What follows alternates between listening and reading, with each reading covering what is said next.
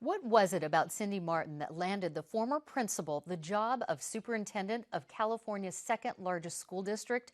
Was it her school's academic performance scores or something else? Voice of San Diego reporter Will Carlos looked into the criteria for this decision. Will, welcome back. Nice to be here. Now, your story looked at a number of issues, including Marten's performance as principal from the time she arrived in 2008.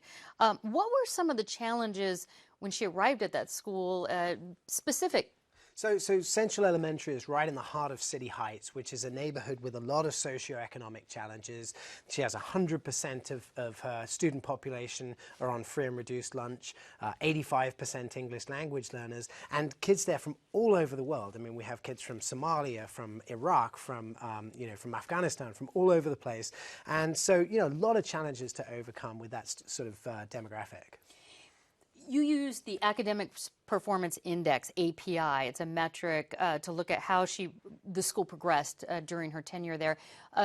Tell us what API is and how it measures scores. So API is basically an amalgam of test scores. It looks at your test scores in each grade from the year before, and basically each school gets sort of an overall grade, which is between 200 and 1,000. And that grade, either goes up or goes down each year. So you can track. It's a sort of a very, very basic kind of broad brush way of giving you a snapshot of how a school is doing one year to the next. But you're really comparing like the fourth grade class this year to the fourth grade class last year to the fourth grade class next year, right? Which is why, I mean, that's one of the concerns about it. You're also basing it on test scores, which a lot of people don't like to do. So all sorts of criticisms of API as a measurement. But when it came to test scores, because the school board did tout that as one of the prominent reasons as for her appointment, you found that some schools in that district were actually better than her school. That's right. We found schools with similar, not identical, but similar demographic challenges were performing far, far better than Central Elementary by this particular metric. And in fact, we looked at 10 similar schools with similar demographics, and we found that of those, Central was kind of right in the middle. It was sort of ho-hum, kind of right down the middle. Meantime, you've got these other schools, really performing fantastically by this measure. No one's talking about them. Now, of course, Marten wasn't appointed solely on the students' test scores. She told you in your article about her silent curriculum, saying, quote, "How do you measure love, hope, passion, respect, resilience, tolerance, and confidence?"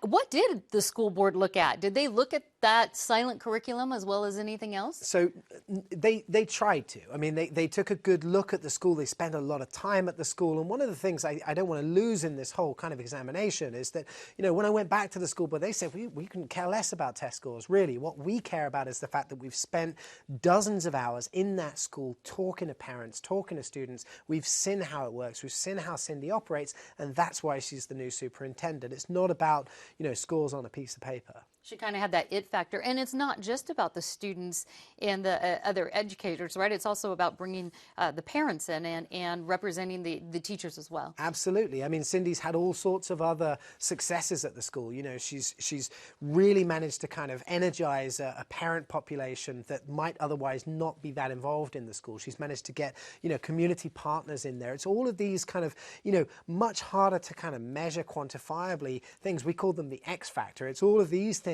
that really are the reason why she has that job today. And she actually supports a new tool. She's not a big fan of the API, right, as a measurement.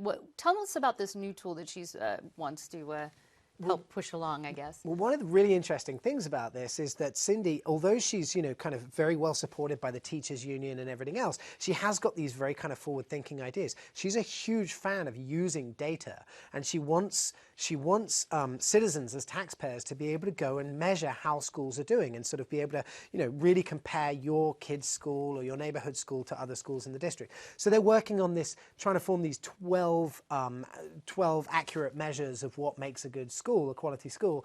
We don't know very much about those yet. We're going to be watching to see how that develops. And that's going to be accessible. She wants it online, accessible. She wants, at some point, you or I to be able to go on, find our neighborhood school and compare it upon all these other matrices to whatever other schools we want to look at. Well, it'll certainly be interesting to watch. And Voice of San Diego, Will Carlos, thank you so much. Thank you.